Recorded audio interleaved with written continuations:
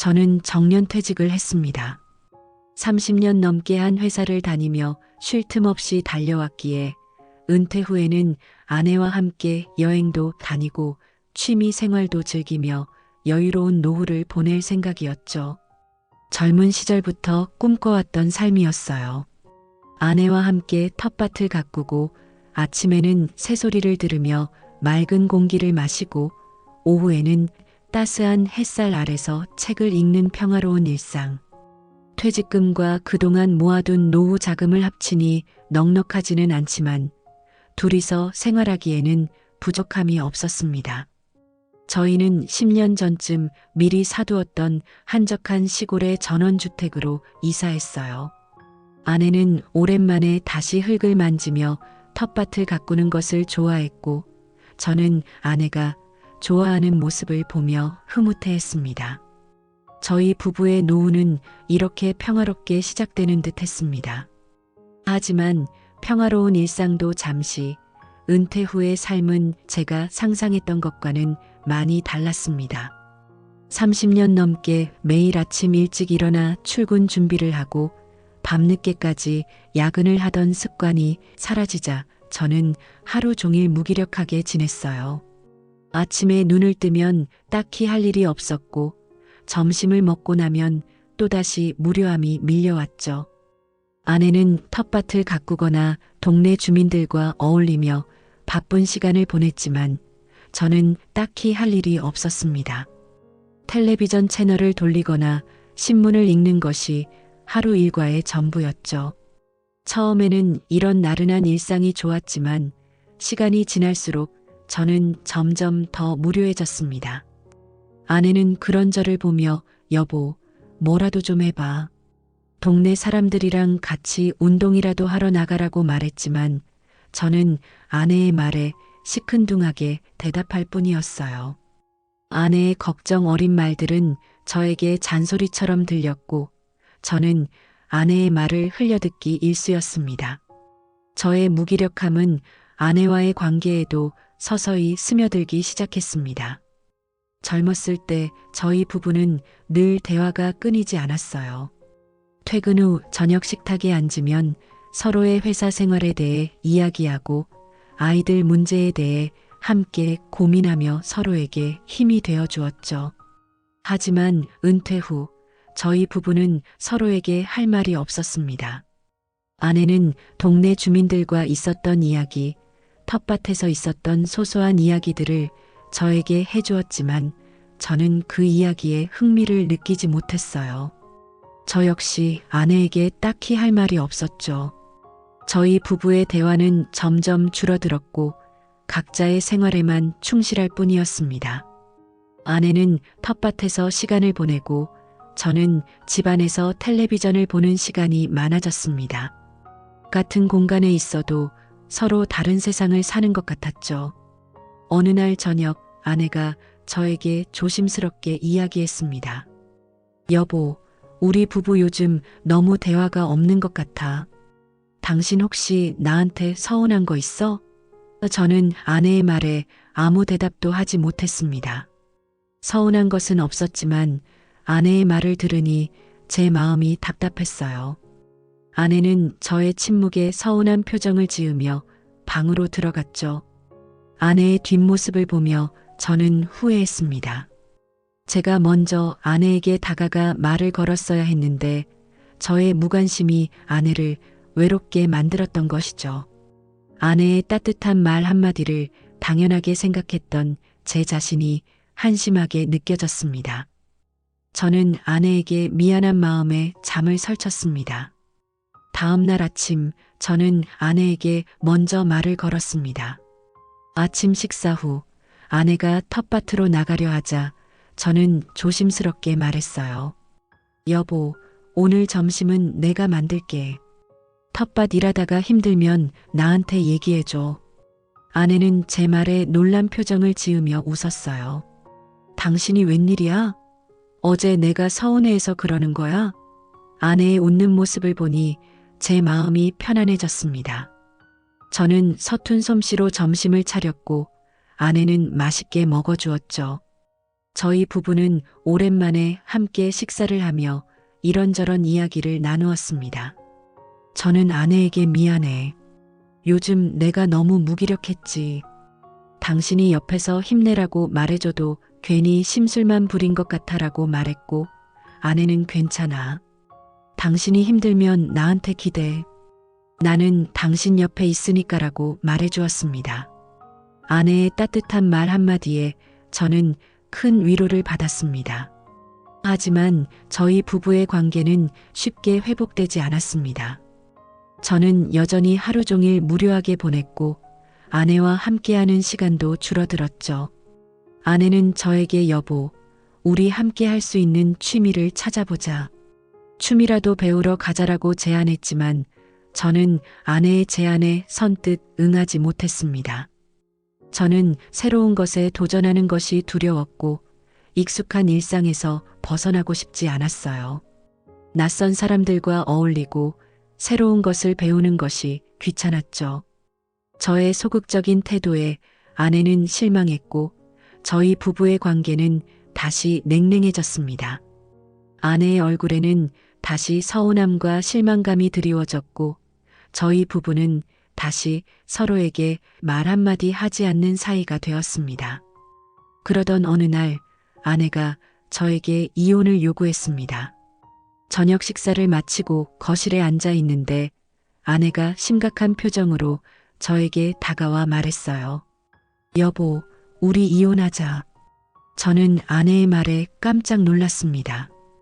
30년 넘게 함께 살면서 단 한 번도 이혼을 생각해 본 적이 없었거든요. 저는 아내에게 갑자기 무슨 소리야? 우리에게 무슨 문제가 있었던 거야? 라고 물었습니다. 아내는 눈물을 흘리며 말했어요. 나는 당신과 함께 늙어가는 것을 꿈꿨는데 당신은 이미 나보다 먼저 늙어버린 것 같아. 나는 당신의 무기력한 모습에 지쳤어. 당신은 더 이상 나에게 남편이 아니라 그냥 같이 사는 사람일 뿐이야. 나는 당신 옆에서 더 이상 외롭고 싶지 않아. 아내의 진심 어린 말에 저는 아무 말도 할 수 없었습니다. 아내는 저에게 더 이상 사랑을 느끼지 못했던 것이죠. 저는 아내의 말에 큰 충격을 받았습니다. 저는 아내를 사랑하고 있었지만 저의 무관심과 무기력함이 아내에게 상처를 주었다는 것을 깨달았어요. 저는 아내에게 미안해. 정말 미안해. 내가 당신에게 너무 무관심했어. 이혼만은 하지 말아줘. 내가 달라질 게라고 말하며 아내의 손을 잡았습니다. 아내는 저의 손을 뿌리치고 방으로 들어갔습니다. 그날 밤 저는 밤새도록 울었습니다. 제가 아내에게 얼마나 큰 상처를 주었는지 깨닫고 저는 제 자신이 너무나 한심하게 느껴졌어요. 아내의 소중함을 잃고 나서야 깨달았던 것이 너무나 후회스러웠습니다. 아내의 이혼 통보 이후 저희 부부의 관계는 회복 불능 상태에 빠졌습니다. 아내는 저를 차갑게 대했고 저희 부부는 서로에게 말 한마디 하지 않고 지냈죠. 저는 아내와의 관계를 회복하기 위해 노력했습니다. 아내가 좋아하는 꽃을 사다 주거나 함께 식사를 하자고 제안했지만 아내는 저의 노력을 외면했어요. 아내는 저에게 당신이 나에게 원하는 것은 내가 원하는 것이 아니야. 나는 당신의 무관심에 지쳤어. 당신이 나에게 필요한 것은 이제 더 이상 없어라고 말했죠. 저는 아내의 차가운 말에 상처를 받았습니다. 아내의 마음은 이미 저에게서 떠난 것 같았어요. 그러던 어느 날 저는 아내의 방에서 낯선 남자의 사진을 발견했습니다. 사진 속 남자는 아내와 함께 텃밭에서 환하게 웃고 있었고 그들의 표정은 너무나 행복해 보였죠. 저는 그 사진을 보고 심장이 철렁 내려앉았습니다. 아내가 다른 남자를 만나고 있다는 사실을 직감했죠. 사진 속 남자의 얼굴은 저희 동네 이웃 중 한 명이었어요. 저는 사진을 들고 아내에게 달려가 이게 뭐야? 당신 다른 남자 만나? 라고 소리쳤습니다. 아내는 당황한 표정을 지으며 저에게서 사진을 빼앗았죠. 그리고는 차가운 목소리로 말했습니다. 당신이 나를 외롭게 만들었잖아. 당신은 정년퇴직 후 나에게 무관심했고 나는 당신에게 아내로서의 존재감을 잃었어. 그래서 나는 다른 사람에게서 위로를 받았어. 그 사람은 나에게 끊임없이 말을 걸어주고 내가 하는 이야기에 귀 기울여줬어. 아내의 말에 저는 아무 말도 할 수 없었습니다. 아내의 외도는 저의 무관심이 만들어낸 결과였죠. 저는 아내에게 용서를 구하고 싶었지만 아내는 저를 외면했습니다. 아내는 저에게 당신이 나를 사랑했다면 나에게 외로움을 주지 않았을 거야. 이제 그만 우리 각자의 길을 가자. 더 이상 이렇게 사는 건 의미 없어라고 말했죠. 아내의 말에 저는 무너져 내렸습니다. 저는 아내를 잃고 싶지 않았지만 아내의 마음은 이미 저에게서 떠난 것 같았습니다. 결국 저희 부부는 이혼을 결심했습니다. 이혼 후 저는 혼자 전원주택에 남겨졌습니다. 아내가 떠난 빈자리는 너무나 컸죠. 아내가 정성스럽게 가꾸었던 텃밭은 더 이상 예전의 모습을 찾을 수 없었습니다. 저는 아내와 함께 가꾸었던 텃밭을 보며 눈물을 흘렸습니다. 아내가 없는 집은 텅 비어 있는 것 같았어요. 저는 매일 밤 아내와의 추억을 떠올리며 잠 못 이루고 눈물만 흘렸습니다. 저는 아내의 소중함을 잃고 나서야 깨달았던 것이죠. 아내가 제 옆에 있을 때 저는 제가 얼마나 행복한 사람인지 몰랐습니다. 이혼 후 저의 삶은 무기력함의 연속이었습니다. 텅 빈 집에서 혼자 밥을 먹고 혼자 텔레비전을 보는 것이 저의 하루 일과였죠. 아내가 떠난 후 저는 다시 예전의 무기력한 모습으로 돌아갔습니다. 아니, 예전보다 더 무기력해졌다고 할 수 있었죠. 아내가 없는 삶은 저에게 아무런 의미도 없었습니다. 저는 아내와 함께 있을 때 제가 얼마나 행복한 사람이었는지 몰랐던 것이죠. 저는 아내의 소중함을 잃고 나서야 깨달았던 것이 너무나 후회스러웠습니다.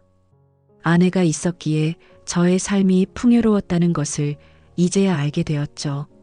어느 날 아침 저는 우연히 아내의 소식을 들었습니다. 아내는 저와 이혼 후 그 남자와 함께 도시에서 작은 카페를 열었다고 하더군요.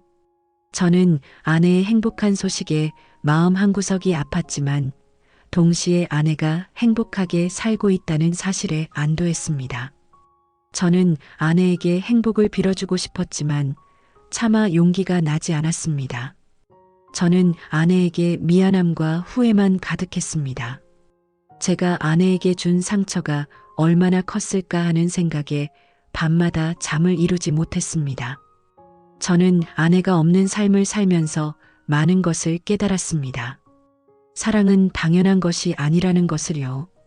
그리고 사랑은 서로에게 끊임없이 노력해야 한다는 것을요. 저는 아내의 사랑을 당연하게 생각했고 저의 무관심이 아내에게 얼마나 큰 상처를 주었는지 몰랐습니다. 저는 아내가 제 곁에 있을 때 아내에게 더 잘해주었어야 했는데 그러지 못했던 것이 너무나 후회스럽습니다. 저는 아내에게 평생 갚을 수 없는 죄를 지은 것 같았습니다. 저의 이야기는 여기까지입니다. 저는 아내와 함께하는 삶을 통해 진정한 사랑과 행복을 배웠습니다. 아내는 저에게 인생의 가장 큰 선물이었고 저는 아내에게 평생 감사하며 살 것입니다. 이제는 아내 없이도 제 스스로 행복을 찾아야 한다는 것을 깨달았습니다. 저는 아내가 없는 삶을 살아가면서도 아내와의 추억을 소중하게 간직하며 살 것입니다.